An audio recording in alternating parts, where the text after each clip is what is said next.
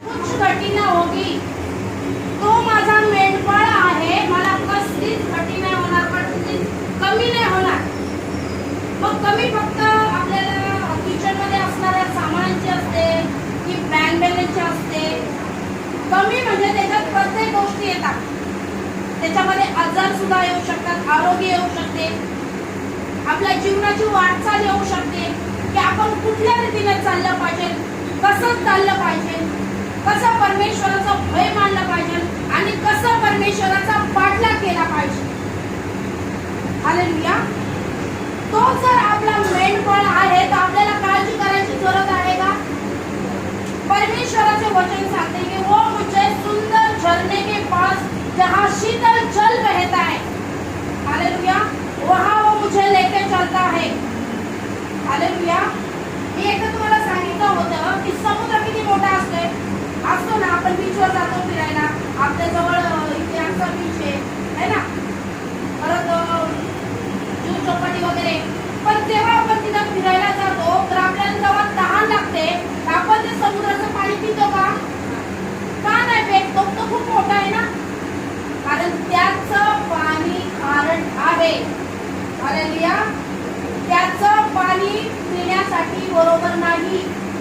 आपल्याला पिण्याचं पाणी सुंदर, जसं गावाला सांगतात की विहिरीचं पाणी, ओढ्याचं पाणी आहे ना, आणि डोंगरातून जो झरणा येतो त्याचं पाणी ते सुंदर असतं, ते शीतल असतं. जर तुम्ही उन्हामध्ये डोंगरामध्ये गेले तरी ते पाणी थंडच असणार आणि सुंदर आणि गोड आणि चवदार असणार.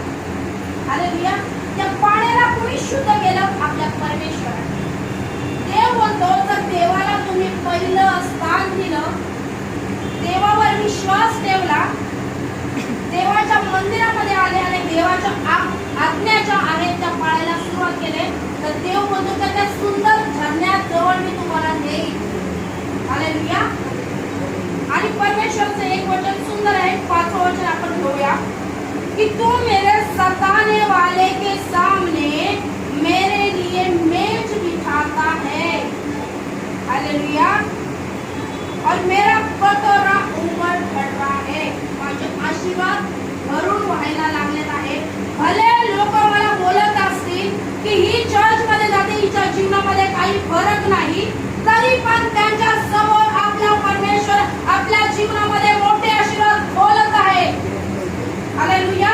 आपल्यासाठी त्यांच्या समोर मोठी मेज तयार करून ठेवलेली आहे. आपलं कसं होतं ना की देवाची मेज जेव्हा आपल्या जवळ येते तेव्हा आपला विश्वास कमी पडतो आणि ती मेज आपल्या जवळ येत नाही. जर तुमचा विश्वास मोठा असेल तर परमेश्वर सांगतो तर तुम्ही सांगा, बोला की डोंगराला का हा डोंगर उठ आणि समुद्रामध्ये पडतो, तो डोंगर पडन. हालेलुया. आज तुमच्या जीवनामध्ये आजाराचा डोंगर असू द्या, कर्जाचा डोंगर असू द्या, अशांतीचा डोंगर असू द्या, तुम्ही जर बोलले की हे डोंगरा तू किती जरी मोठा असला तर येशूच्या नावाने उकड आणि समुद्रात तो पडेल. हालेलुया. तो पडेल. कारण देव काय म्हणतो माहितीये की शत्रूच्या सामने, तुझ्या दुश्मनाच्या सामने तुला जेवण चालीन चांगलं. हालेलुया. तर येशू म्हणतो की जो माझा आवाज ऐकून दरवाजा उघडल त्याच्या बरोबर मी भोजन पाहिजे, मी जेवेन. हालेलुया.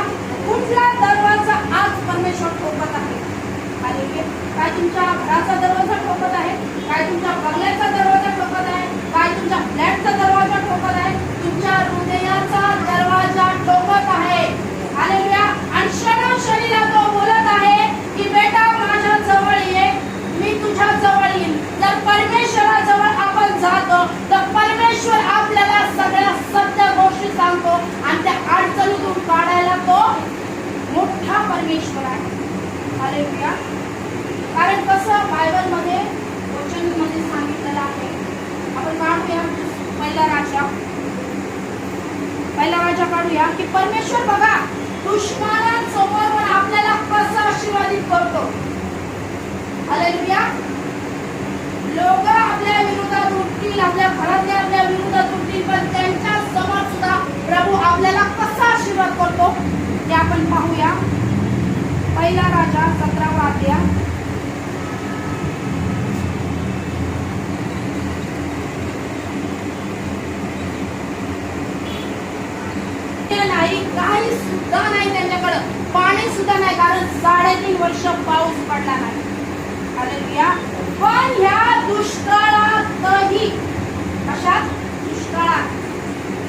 देवाचा दास होता आणि त्याला परमेश्वर सांगतो की मी तुझ्यासाठी एक सुंदर झरणा तयार करून ठेवला आहे.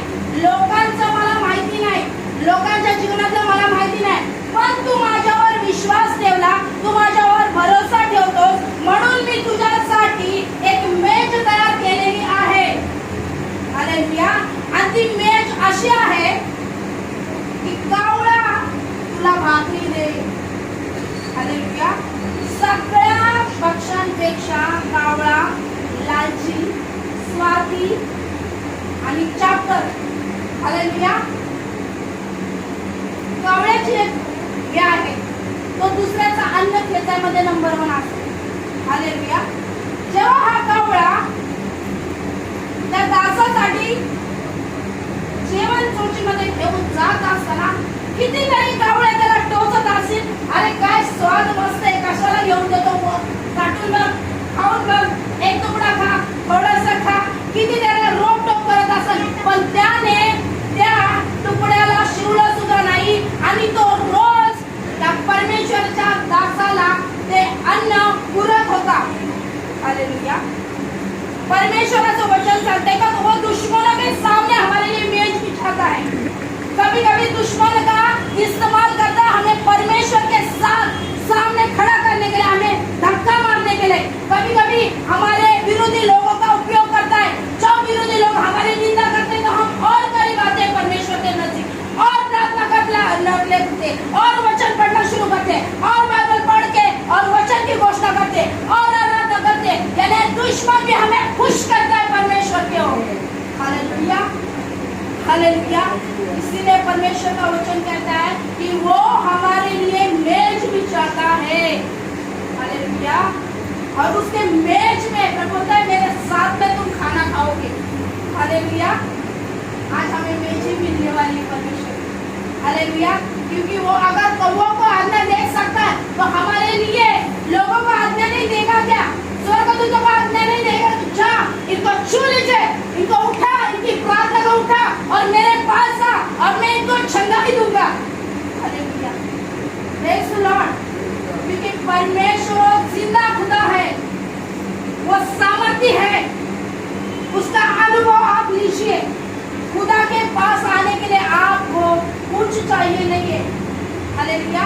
मैं आप एक बात को बताना चाहती थी कि पुराने नियम अगर आप देखा जाएगा तो बहुत सारे नियम होते थे. खुदा के पास डायरेक्टली हम नहीं जा सकते, खुदा के कुछ आंगन में भी नहीं जा सकते थे. इतना स्ट्रिक्टली और इतना हमारा परमेश्वर क्रोधित था. वो आग का खोला है. हालेलुया. हम डायरेक्ट उसके सामने नहीं जा सकते थे, उनके केवल याजक ही उनके सामने जाते थे. हालेलुया. और उनके याजक सामने जाते हुए तो उनको भी पहला क्या था, आंगन था, फिर उसका एक दूसरा रूम होता था और फिर पवित्र स्थान होता था. हालेलुया. तो जब याजक आता था उस जगह पे पहले स्थान पे आंगन में, तो वो अपने कपड़ों को चेंज करता था, वो नहाता था, कपड़ा को चेंज करता था और उस समय एक क्या बोलते उसको, बेल, वो एक बेल बांधता था कमर पे और उसकी रस्सी बाहर फेंकता था और फिर वो दिया जलाने के लिए अंदर पवित्र स्थान पे जाता था. और इतना स्ट्रिक्टली था कि वो याजक के अगर कोई भी गलती, कोई भी पाप हुआ होगा तो परमेश्वर डायरेक्ट उसको खत्म करेगा. हालेलुया. अगर उससे थोड़ा भी पाप हो गया, क्योंकि परमेश्वर का वचन कहता है कि यहोवा पाप से घृणा करता है, नफरत करता है, उसे पाप अच्छा नहीं लगता. हालेलुया. वो हमेशा नफरत करता है. आज भी वो पाप से नफरत करता है, लेकिन वो आपसे प्रेम करता है. इसीलिए यीशु मसीह को आपके पापों के खातिर क्रूस पे दिया है. हालेलुया. ताकि आप नष्ट ना हो जाए. हालेलुया. और फिर वो याजक जब जाता था दिया लगाने के लिए, तो जब जब वो चलता था उसके बेल का आवाज आता था, घंटीचा आवाज येत होता. म्हणजे लोकांना माहिती होतं का कार्य जिवंत आहे. आणि समजा त्याच्याकडून काय पाप झाला असेल आणि त्याला जर मारलं तर आतमध्ये आणायला जाईल कोण? हालेलुया. इसके लिए वो रस्सी होती थी कि उसको खींच के बाहर खींचे. तो उस समय में ऐसे रूल होते थे, लेकिन आज परमेश्वर के पास आने के लिए कोई रूल नहीं है। सिर्फ क्या है कि अपने पापों का पश्चाताप करो और यीशु के लहू से धो, यीशु के लहू से साफ हो जाओ और मान लो कि परमेश्वर हम पापी हैं, हमें क्षमा करो और वापस हम पाप नहीं करेंगे, क्योंकि तू हमारा उद्धारकर्ता परमेश्वर है। आज हम उसके पास आते तो क्या होता है, पश्चाताप करने से हमारा और परमेश्वर का, एक बेटा एक बेटी और पिता का रिश्ता पक्का हो जाता है। हालेलुया। और जब एक पिता और बेटी, एक बेटा और पिता का रिश्ता अगर पक्का होता है तो उसको मांगने की जरूरत नहीं पड़ती कि खुदा मुझे चंगाई दे, खुदा मेरे घर में खाना है, खुदा मुझे जॉब है। वो पिता जानता है तुम्हारी जरूरत को, उसको मांगने की जरूरत नहीं पड़ती। वो सिर्फ बोलता है कि मेरा खुदा मेरे लिए काफी है। हालेलुया। वो काफी है। परमेश्वर के साथ आपका संबंध अच्छा होना बहुत जरूरी है। अगर आपका संबंध अच्छा होगा, आपको मांगने की जरूरत नहीं, क्योंकि तुम्हारे हर सुख दुख में वो तुम्हें देखता है। उसकी निगाहें आपको देखती है। हालेलुया।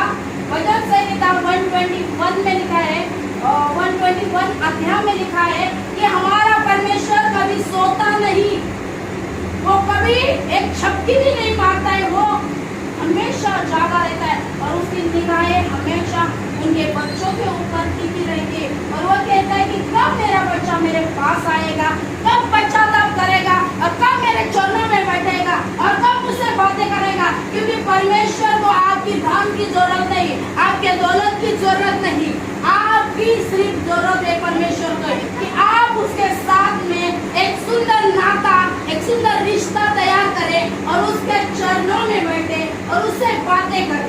हालेलुया। कितना तो परमेश्वर का वचन कहते हैं, नीति वचन में 8 में लिखा है कि वो भोर को हमें उठाता है, हमें जगाता है, ताकि वो हमसे बात कर सके, पूरे दिन के लिए वो हमें नियोजन बता सके कि कैसे जाना है, कौन से रास्ते से चलना है, कौन मिलने वाला है, किस रीति से होने वाला है। वो हमारी राह देखता है। हालेलुया। वो जिंदा है और हमारे बीच में है। हालेलुया। आपके हर एक रिक्वेस्ट जो है वो सुनता है, लेकिन वो चाहता है कि आप पश्चाताप करें और अपने मन को परमेश्वर के ओर लगाएं। तो क्या होगा, जब आप पश्चाताप करते हो और परमेश्वर के ऊपर देखते हो तो वो क्या करता है, शत्रु के आगे भी आपके लिए मेज बिठाए। Praise the Lord. जब लॉकडाउन हो गया और बहुत डर था कि अभी क्या होगा, और भयंकर लॉकडाउन था और मेरे बेटे को तो गांव में मतलब सास के पास में भेज दिया और 2 दिन के बाद हम भी जाने वाले थे, लेकिन नहीं हुआ। हालेलुया।